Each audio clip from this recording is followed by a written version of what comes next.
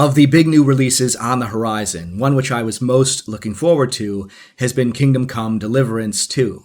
But as we all know, nothing is ever free from drama nowadays, and the latest news has me feeling a bit more skeptical about this game than I was before. Early on, there were a lot of good signs. The developers showed confidence in giving reviewers a generous amount of early access to the game, and those first impressions have generally been very positive. However, it's also come out that the game features a scene of passionate same-sex intimacy, which our protag Henry has the option of engaging in. Now, in our day and age, this normally wouldn't even be newsworthy, but this is Kingdom Come Deliverance 2 we're talking about, a game which has been riding high off expectations of boldly rejecting wokeism. With so many titles cramming modern social issues into their fictional worlds, a lot of gamers are understandably eager for stories that steer well away from all that, which this game looked primed to do. Only perhaps those hopes were misplaced. The devs have indeed said that this scene is optional and skippable. You don't have to get sodomized if you don't want to. But besides the obvious moral issues from a Christian standpoint, there are a few other problems with that. I'm going to briefly touch on 3 of these issues: transparency, consistency, and the conflict of representation.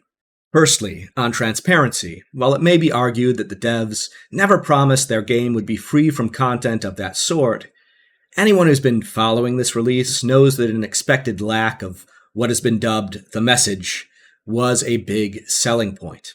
And when this content first came to light, the studio was not quick to own it. Had they from the beginning simply said, "This is gonna be an option in our game. You can make Henry gay or bi or whatever," and if they had left it at that, I suspect the drama would have had less fuel. But instead we got some fuzzy language and some accusations tossed around.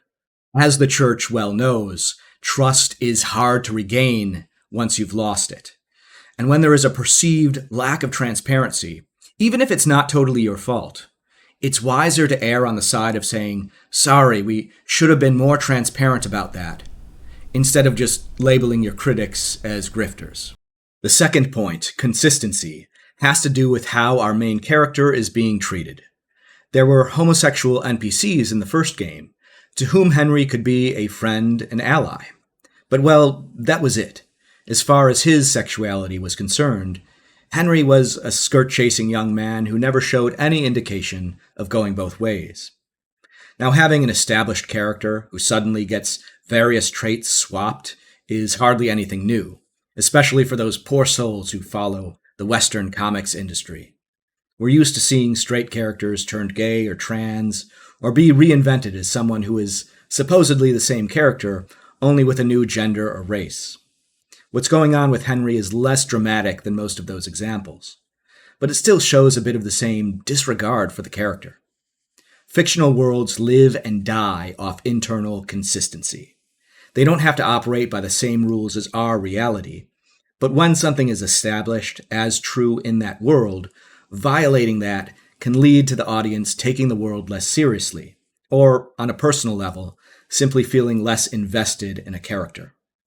It's one thing if the character in question is a user-created blank slate.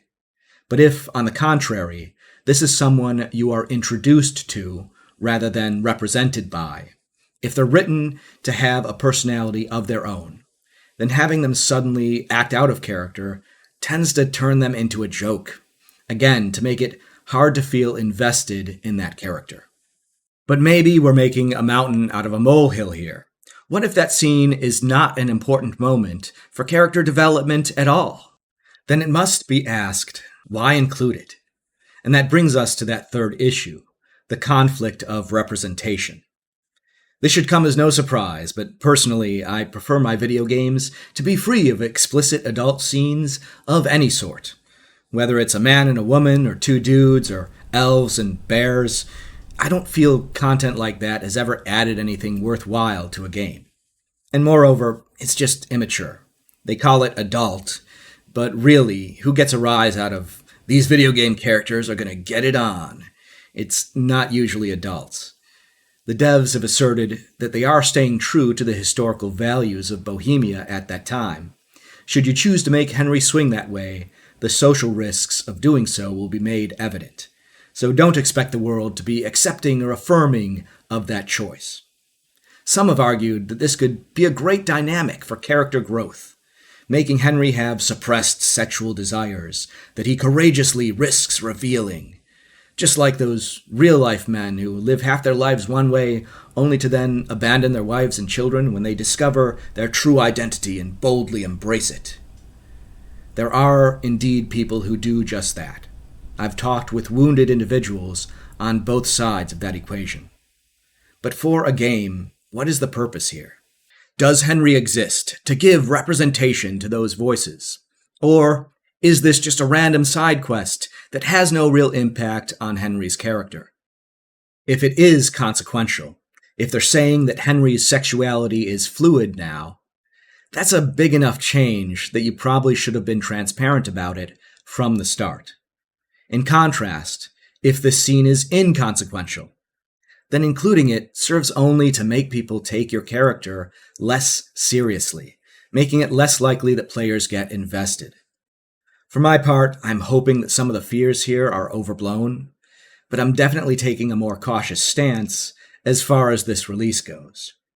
And sure, most players probably won't care one way or the other, just like most people don't care about the most important question in life, whether you get to heaven or not.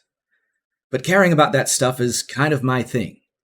We live in a world in which it's seen as perfectly acceptable for a man to go from being straight to pursuing same-sex relationships.